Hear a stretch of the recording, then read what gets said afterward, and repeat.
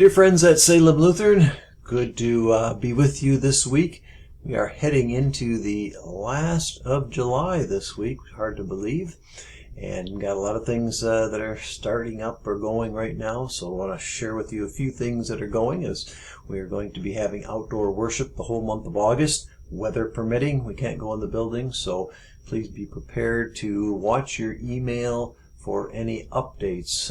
If it's going to be canceled, we'll send that in the email blast in the morning. We will continue to have online services during that time. So those of you who do not feel comfortable coming out, that is okay. We've got a service for you as well. And it's an abbreviated service outside due to the COVID requirements. And so note that you can watch the entire service in its entirety online. So you can sing along at home, but you can't sing outside at church. You can hum along. That's okay. Bring your chairs and your umbrellas. It can get pretty warm outside, and we don't have enough room in all the shade. We will have communion on the first and third Sundays. We're going to try to open up for our Bible study once again. The time is going to move around a little bit. It's going to be on Thursdays. Because of the way things work out, that's when we record our worship services, and sometimes we move that recording back and forth. So if you are interested, just please register ahead of time, and we will make sure that we communicate with you every week what time that's going to be. We should know previously what it's going to be. We're still in a bit of a holding pattern with returning to church. We'll let you know when we know. We're almost looking at the point where it might have to wait till there's a vaccine available, particularly with our congregation. We'll see how things go. Things get to be better. We may open the church back up under the guidelines, but right now we're closed down, and we do not see it in the foreseeable future.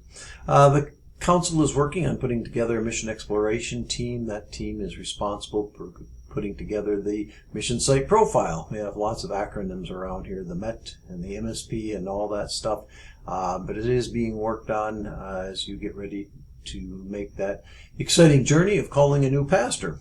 Vacation Bible School. If you don't have kids, you can still watch this. Trying to spit that out correctly. It's great stuff, and a lot of our members are doing things. I hope that we can get some feedback too, because it's important for us to understand how these things are working out. So we're new at this too. So and Jack has put a lot of work into it, as he has the worship services. So we give thanks to his efforts and all the efforts of the folks that have worked on this. Keith Olson has been the primary instigator, and we give thanks to him as well. We'll at the end of the VBS, we'll recognize all those who had a part in it. Change. Everybody has change. Well, most people do. Apparently we're a little short of change these days, but you can change the world by collecting your change. And we plan on, once again, running our Changing the World campaign, collecting for Second Harvest this time. There's lots of needs and lots of opportunities, and it doesn't take long to save a few dollars, and that change makes a big difference in somebody's life. World of Hearts continues to go on. Make your hearts, and we'll hang them up somewhere. And we are working on a newsletter, one that will be sent out. It may not be quite as detailed as the previous ones, because we just don't have a lot going on right now. A lot of things have to be closed up. But nonetheless, you'll be looking for that.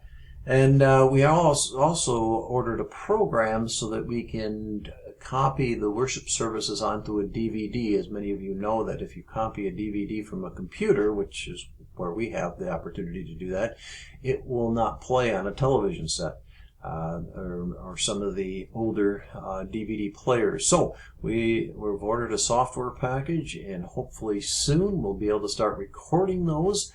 And if you are responsible for calling some of those members of our church that don't have the computer equipment to be able to watch it online, we're going to provide both the message, the prayer service, and the worship service on a DVD.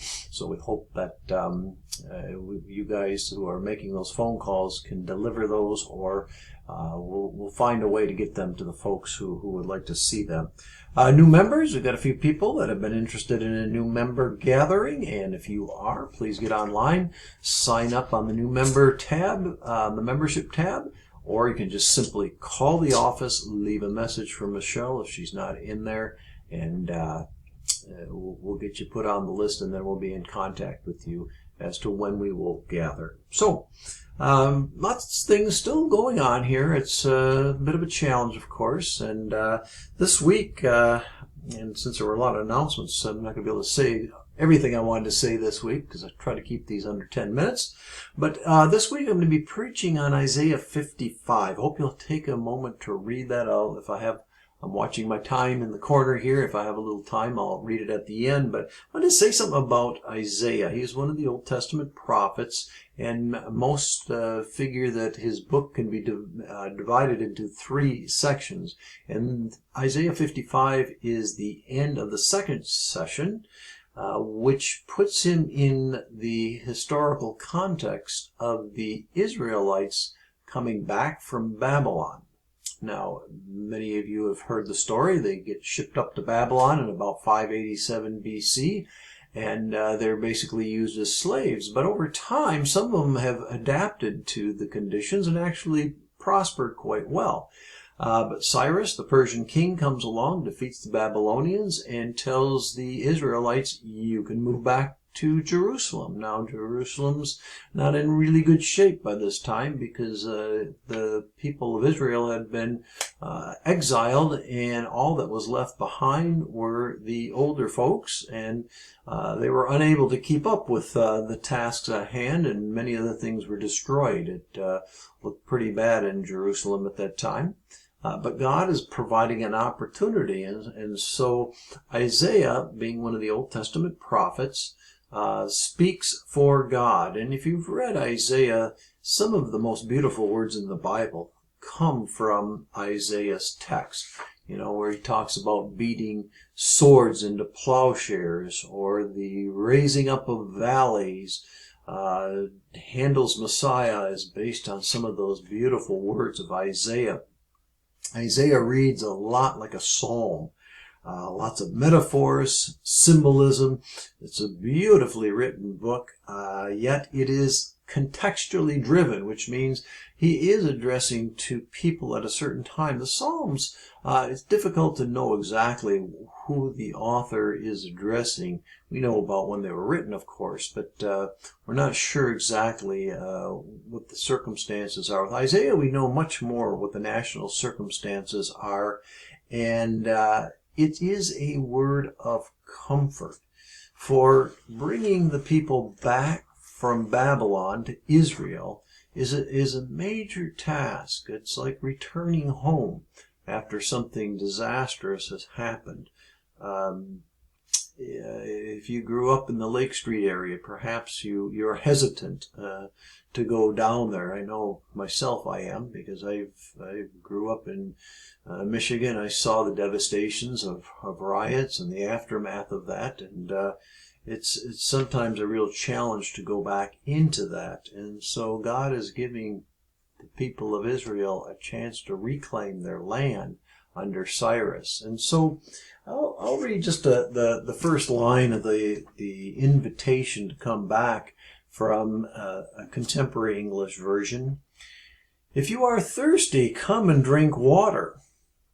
If you don't have any money, come and eat. Eat what you want. Drink wine and milk without paying a cent.